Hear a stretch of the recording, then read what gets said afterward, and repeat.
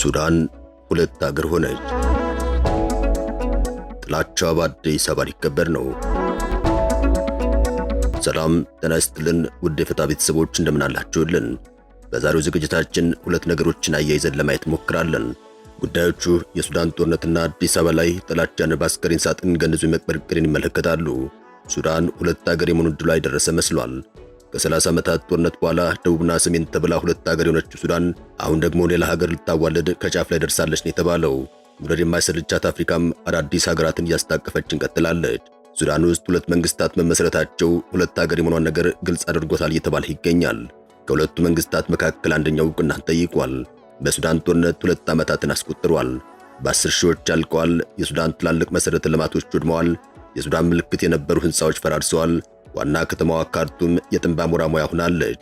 በሁለቱ ፈርጣማ ጄኔራሎች የተቀሰቀሰ የሱዳን ጦርነት አሁን እጅግ አስከፊ የሆነውን አቅጣጫ እየተጓዘ ይመስላል።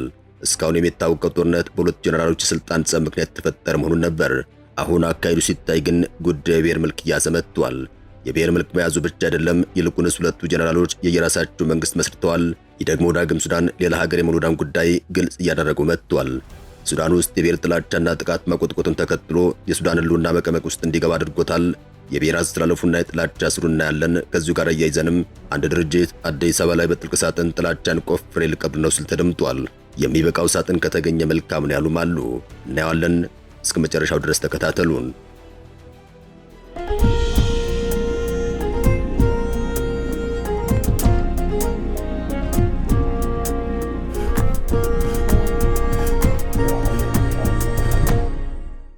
የብሔር መልክ የያዘው የሱዳን የእርስ በርስ ጦርነት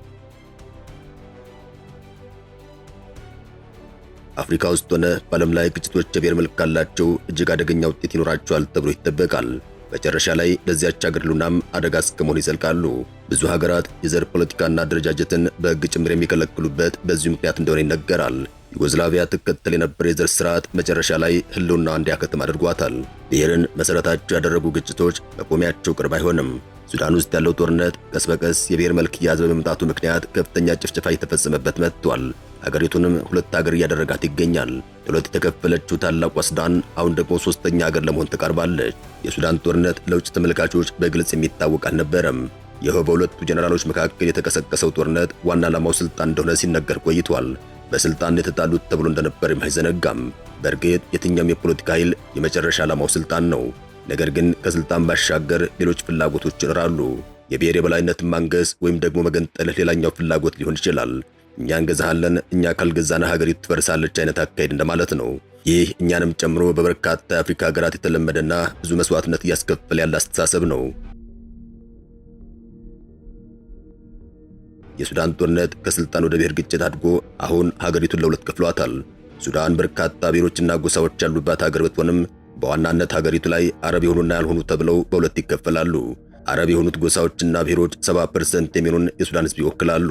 እነዚህ ጎሳዎችና ብሔሮች መልካቸው ቀላ ያለ፣ በአብዛኛው ከኢትዮጵያን ጋር የሚመሳሰል ፊት ገጽታ ያላቸው እንደሆኑ ይታወቃል። የእስልምና ሃይማኖትንም ይከተላሉ። እነዚህ የአረብ ጎሳዎች በመካከለኛውና ሰሜን ምዕራብ ሱዳን ይኖራሉ። ሁለተኛዎቹ ጥቁር የአፍሪካ ጎሳዎች ተብለው የሚታወቁ ሲሆን እንደ ኑቢያ፣ ዛጓ፣ ፉርና ቤጃ አይነት የሱዳን ብሔሮች እዚህ ውስጥ የሚካተቱ ናቸው። በአብዛኛው የክርስትና እምነት ተከታዮች ሲሆኑ በደቡባዊና ምዕራባዊ የሀገሪቱ ክፍል በብዛት እንደሚኖሩ ይነገራል። በአንጻራዊነት ሲታይ ነው እንጂ የሱዳን ብሔሮች በብዛት ተቀላቅለው ነው የሚኖሩት። ለአብነት የቤጃ ህዝቦች ከኤርትራ ሰሜን ምስራቅ ጀምረው እስከ ታች ድረስ ይኖራሉ።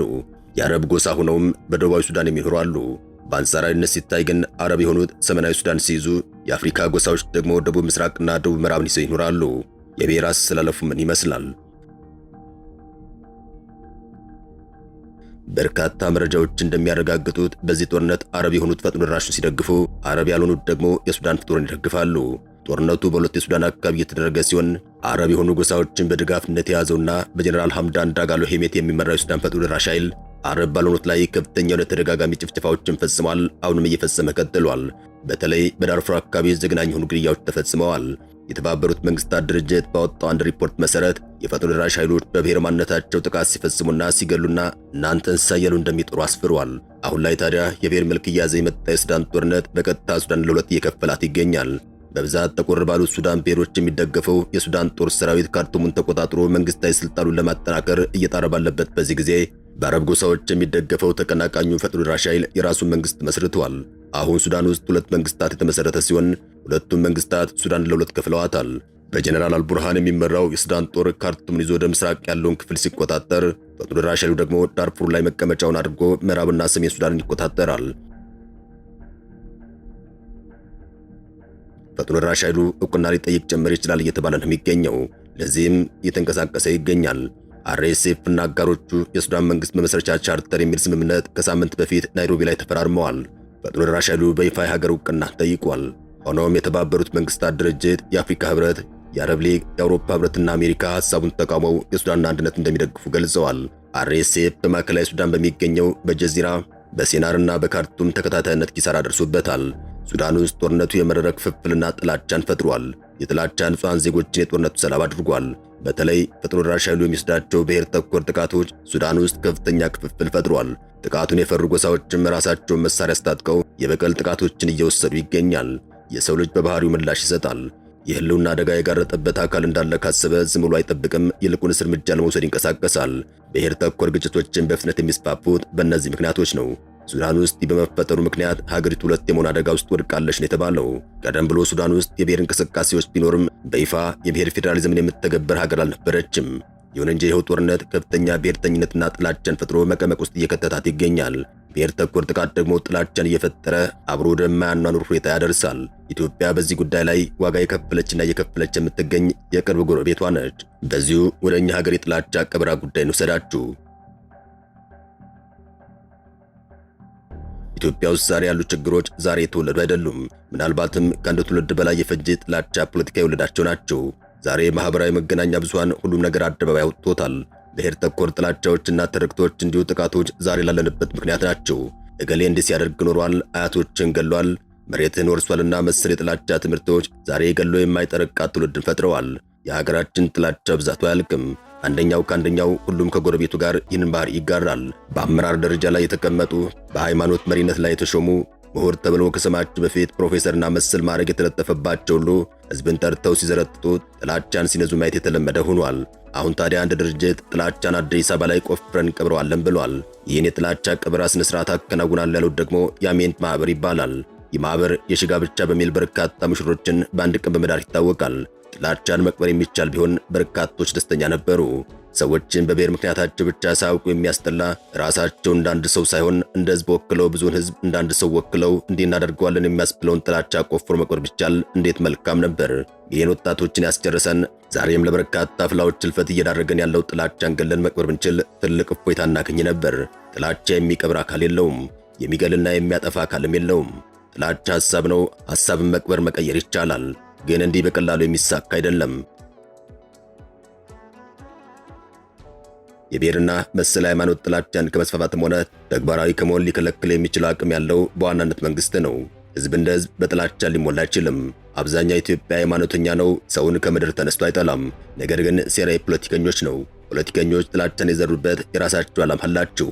አንድ ቡድን እነገሌ ገዳይ ናቸው፣ ወረውሃል፣ ባልን አጥተውብሃል፣ አፈናቅለውሃል፣ በዚህ ዘመን እንዲያደርገውብሃል ብሎ የሚቀሰቅሰው ህዝብ አብሮ እንዲሰለፍ ለእርሱ የስልጣን መሳካት እንዲያግዘው ነው። ጥላቻ ሲዘሩት ቀላል ነው። በተለይ በዚህ ዘመን አንድ ሰው የሚናገረው ጥላቻ በቅጽበት ውስጥ ሚሊዮኖች ጆሮ መድረስ ይችላል። በእርግጥ በኢትዮጵያ ጥላቻ ከማህበራዊ ሚዲያ በፊት ነው መሰራጨት የጀመረው። በትምህርት ካሪኩለም ተነስቶ ነገሌን ሰርተዋል እየተባለ ምስሎችና ሐውልቶች በህፃናት መጽሐፍ ላይ እየታተሙ ዛሬ ላይ ደርሰዋል። ይህን ለመቀየር ሬሳ ሳጥን ውስጥ ገንዞ መቅበር በቂ አይደለም። እንደ ትምህርቱ ጥላቻ ይብቃን እያሉ በአፍ ከመናገር ይልቅ እንዲህ አይነት እርምጃ መውሰድ ብዙ ሰው አይምሮ ውስጥ ለመግባት ያስችላል። ነገር ግን አሁን ያለው ችግር በዚህ ብቻ የሚፈታ አይደለም። የሰው ልጅ ከፈጣሪው ቀጥሎ ህግን ይፈራል። በእርግጥ ሰው ፈጣሪውን ቢፈራም ወንድሙን አይጠላም። ወንድምን ጥላ ግደል የሚል ሃይማኖታዊ ትምህርት የለምና ነው። ጥላቻንና ጽንፍ የረገጠ ዘረኝነትን ለመከላከል ኢትዮጵያ ውስጥ ጠንካራ አዲስ ህግ መውጣትና የነበረውን ደግሞ መሻር ያስፈልጋል። ይህ ደግሞ በቀጥታ ህገ መንግስቱ ድረስ የሚዘልቅ ነው። አንድን ሃይማኖት፣ አንድን ብሔር በሚመለከት ሆን ብሎ ጥላቻ የሚዘራን ኃይል ከግድያ ያላነሰ ወንጀል ተደርጎ መቆጠር ይኖርበታል። ከህግ ማሻሻያዎች በተጨማሪ ትምህርት ቤቶች ላይ መስራት ያስፈልጋል። ከሰልፍ መዝሙሮች ጀምሮ መለወጥ ያስፈልጋል። አሁን የጥላቻ ትምህርታዊ ቀብር ሊፈጸም ይችላል። ዋናውን ጥላቻ መግደል የሚቻለው ግን ህጎችን በማሻሻልና በማጽደቅ እንዲሁም ትምህርት ቤቶች ላይ በመስራት ነው። አበቃን። ሰናይ ጊዜን ተመኘን።